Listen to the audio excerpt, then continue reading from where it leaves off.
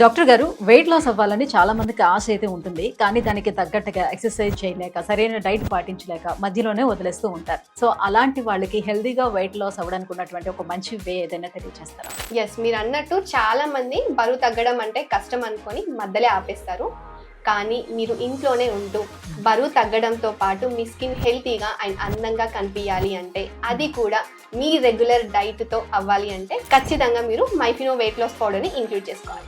Wow! ఈ product use చేయటం వల్ల వెయిట్ లాస్ అవ్వడంతో పాటుగా మన స్కిన్ చాలా అందంగా, తెల్లగా కూడా తయారవుతుందన్నమాట.